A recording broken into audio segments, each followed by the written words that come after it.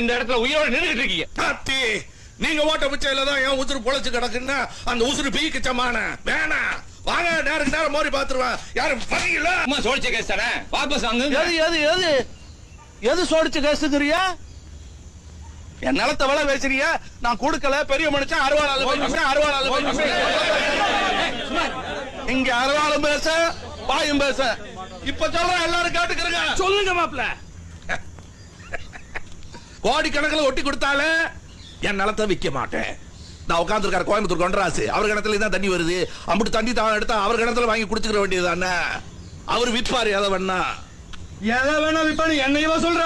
இது பெரிய மனுஷன் உட்கார்ற சபை. என்ன இது பெரிய மனுஷன் உட்கார்ற சபைக்கிறியா? நானும் அதான்யா. இப்ப சொல்றேன் கேட்டுக்கிறங்க. இந்த பஞ்சாயத்துல வச்சு சொல்றேன்.